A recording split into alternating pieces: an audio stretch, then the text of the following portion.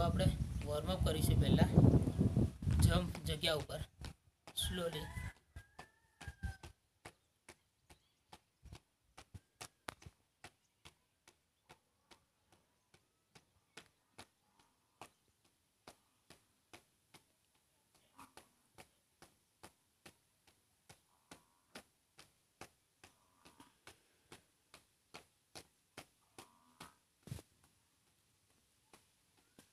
પંજા ઉપર slowly jump.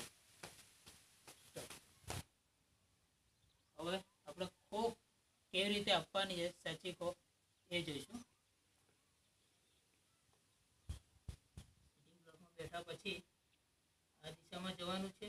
એ જ દિશાનો પગ પહેલા આપણે બહાર કાઢીશું. 1 2 ખોપ. આ રીતે બોડી ફ્લેટ રાખવાની.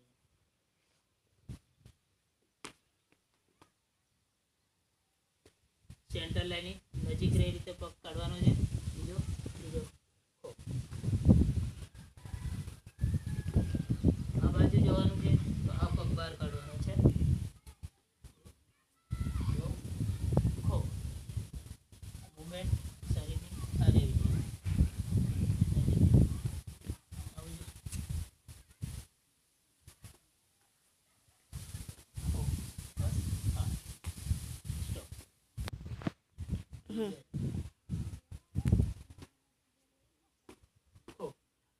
બોડી ફરીથી બોડી આ રીતે કરીએ. ઓકે, હવે આપણે પુલ ડાઉન